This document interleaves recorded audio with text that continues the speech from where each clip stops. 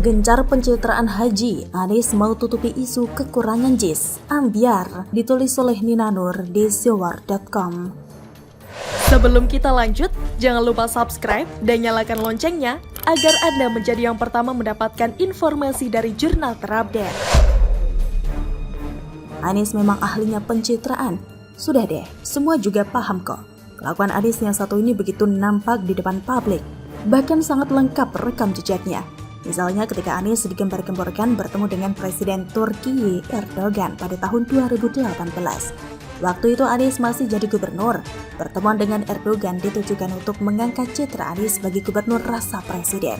Pertemuan itu kemudian diamplifikasi oleh para pendukung dan buzzer di media sosial. Seolah-olah memang merupakan pertemuan kenegaraan. Namun dalam video yang beredar terungkap bahwa ternyata Anies tidak mendapat perlakuan khusus. Anies terlihat hanya merupakan bagian dari kerumunan orang yang ingin bertemu dan bersalaman dengan Erdogan ketika menjelang sholat Jumat. Gak janjian, gak ada penyambutan kenegaraan. Semuanya hanya kebetulan yang dipaksakan oleh Anies sendiri. Sampai seorang pengamat seperti setengah menyindir, menyarankan agar Anies kalau ingin ketemu sama pejabat negara lain, sebaiknya melalui protokoler kenegaraan yang terjadwal agar bisa dinilai spesial oleh publik. Nah ini kan desek-desekan kayak masyarakat mau ketemu Presiden Jokowi.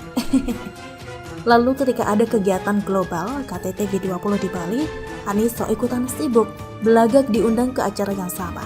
Ya memang dia ke sana dan jadi pembicara di acara yang digelar oleh Bloomberg, namun itu bukan bagian dari KTT G20. Itu hanya acara sampingan yang digelar pada tanggal 12 November. Sementara KTT G20 sendiri baru dibuka pada tanggal 15 November, 3 hari kemudian oleh Presiden Jokowi. Sekarang kita ke Stadion JIS. JIS ini merupakan bagian signifikan dari pencitraan Anies, yang memang proyeknya diselesaikan pada masa kepemimpinan Anies. Namun gagasannya sendiri itu sudah dimulai sejak lama, sejak era Gubernur Fauzi Bowo pada tahun 2008. Namun terhambat masalah sengketa tanah. Sengketa tanah ini diproses dan diselesaikan di era Gubernur Jokowi, Ahok hingga Jarod Saiful Hidayat. Sedangkan Anies ya tinggal meneruskan membangun saja.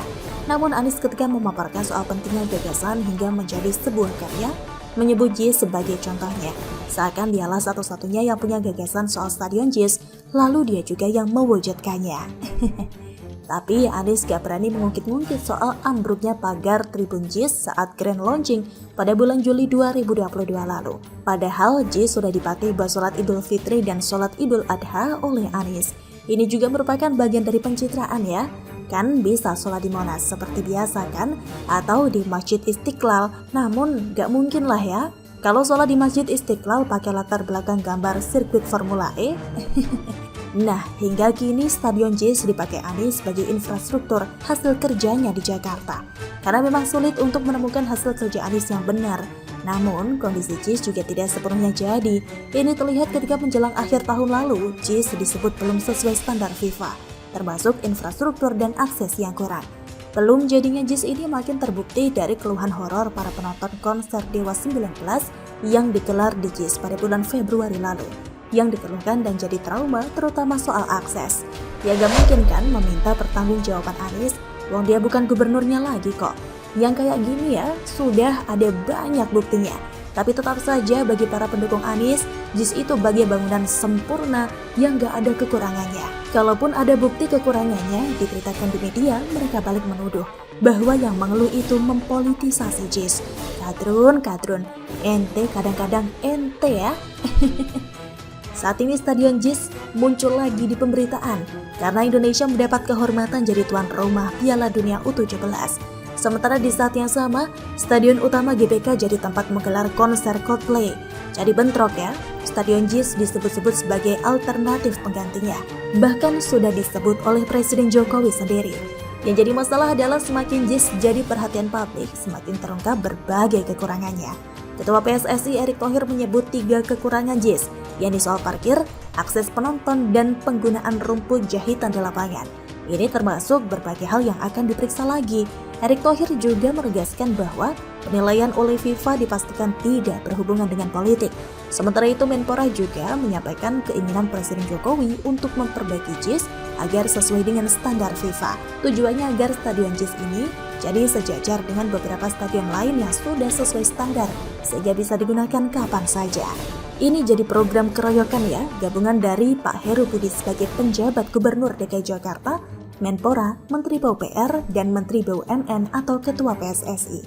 Kalau ditangani mereka ya pasti bagus jadinya. Akan tetapi dari kacamata Anies, perbaikan JIS ini bakal merusak citra dirinya.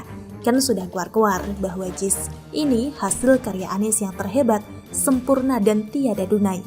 Dan tiada duanya, gitu kan? Ternyata banyak minusnya. Nah, kebetulan Anies kan sedang melakukan ibadah haji, ibadah yang harusnya dilakukan dengan niat yang tulus ya. Tapi kalau melihat bagaimana gencarnya pihak Anies menggembar-gemborkan ibadah haji ini, kita jadi mempertanyakan niatnya. Ini niat ibadah atau hanya jadi salah satu pencitraan buat Anies? Anies sendiri yang dari awal sudah keluar-keluar di televisi bahwa ibadah hajinya itu merupakan undangan dari Raja Salman. Sampai-sampai beredar beberapa foto hoaks di kalangan pendukung Anies di medsos bahwa Anies ini dikawal tentara kerajaan sampai masuk Ka'bah. Berbagai dugaan pun muncul. Misalnya di video Mas Alif, itu Mas Alif menyebut Anies bisa jadi termasuk dalam 50 orang yang dikasih haji gratis oleh pemerintah Arab Saudi. Sedangkan di video saya sebelumnya, saya menduga kuat bahwa Anies ini bayar sendiri lewat haji furoda. Saking gencarnya Anies memakai ibadah haji ini sebagai pencitraan, seorang pengamat politik dari SMRC mengemukakan fakta menarik membandingkan Anies dan Ganjar Pranowo yang kebetulan sama-sama sedang melaksanakan ibadah haji, bahwa di akun media sosial masing-masing, khususnya Instagram, Anies sangat gencar memposting soal ibadah haji ini. Berbeda dengan Ganjar Pranowo yang sama-sama capres tapi sama sekali tidak memposting soal ibadah haji ini. Dalam beberapa video Pak Ganjar yang beredar di medsos, itu berasal dari netizen yang kebetulan bertemu atau melihat Pak Ganjar ya. Pak Ganjarnya cuek aja, gak ada memberikan pernyataan khusus di depan kamera. Seperti Anies, kan niatnya memang niat untuk beribadah ya. Nah, tanggal 30 Juni, Anies kembali memposting kegiatannya di Arab Saudi. Anies memposting foto dia bersalaman dengan Pangeran Muhammad bin Salman, putra mahkota kerajaan Arab Saudi. Anies menulis dia mendapat undangan makan siang dari Raja Salman di Istana Mina. Anies juga mengucapkan terima kasih karena bisa berangkat haji atas undangan dari Kerajaan Arab Saudi, serta harapan untuk menjalin banyak kerjasama antara Indonesia dengan Arab Saudi. Berasa udah jadi presiden aja ya, padahal Anies kan sekarang ini ya pengangguran, bukan pejabat lagi. Gak bisa dong ngomong mengatasnamakan negara Indonesia. Masih kencang aja pencitraannya, seakan hanya dia yang diundang oleh pihak Arab Saudi. Padahal ternyata yang diundang makan siang itu banyak loh, termasuk Ganjar Pranowo, Yusuf Mansur, Puan Maharani, Imam Besar Masjid Istiqlal Nasaruddin Umar, Menteri Suharto Monoarfa, dan banyak lagi. Kan bener, Anies menjual citra seakan dia satu-satunya yang diundang dan diajak makan siang sama sang raja. Padahal bisa jadi dia satu-satunya yang pamer di medsos, karena orang lain itu niatnya semata-mata untuk ibadah, gak buat dipamer-pamerkan. Udah tahu kalau kelakuan pencitraan ini gampang terungkap, kok Anies mau aja sih? Nah, ini yang saya coba jawab. Karena untuk menutupi blunder Stadion JIS yang secara kebetulan sedang dikuliti kekurangannya untuk persiapan menghadapi gelaran Piala Dunia U17. Anies kan gak bisa ngeles langsung soal kekurangan JIS. Kan memang kenyataannya ada yang kurang, ada yang ambruk, ada yang kena horor, susah pulang habis konser Dewa 19. Mana biaya pembangunan JIS itu kan ngutang pula dari pemerintah pusat. Ini kalau dibahas di debat capres, Anies pasti kalah telak ya. Untuk itu, Anies harus terus gencar mencitrakan dirinya di soal lain. Di Arab Saudi sana, begitulah nyapres-nyapres ya. Kura-kura memang juara. Bagaimana menurut Anda?